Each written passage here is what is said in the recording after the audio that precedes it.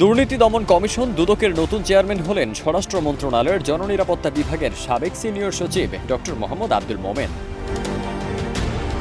কমিশনের অপর দুজন সদস্য হলেন অবসরপ্রাপ্ত জেলা ও দায়রা জজ মিয়া আলী আকবর আজিজি ও ব্রিগেডিয়ার জেনারেল অবসরপ্রাপ্ত হাফিজ আহসান ফরিদ। 10 ডিসেম্বর রাষ্ট্রপতি মোহাম্মদ শাহাবুদ্দিন তাদের নিয়োগ অনুমোদন করেছেন। এদিকে মঙ্গলবার জনপ্রশাসন মন্ত্রণালয়ের জারি করা এক প্রজ্ঞাপনে ডক্টর মোহাম্মদ আব্দুল মোমেনের চুক্তিভিত্তিক নিয়োগের অবশিষ্ট মেয়াদ বাতিল করেছে সরকার।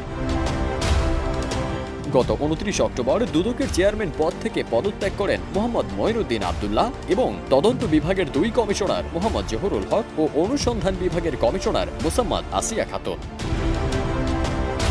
ফারদিন সানি, দেশ রূপান্তর।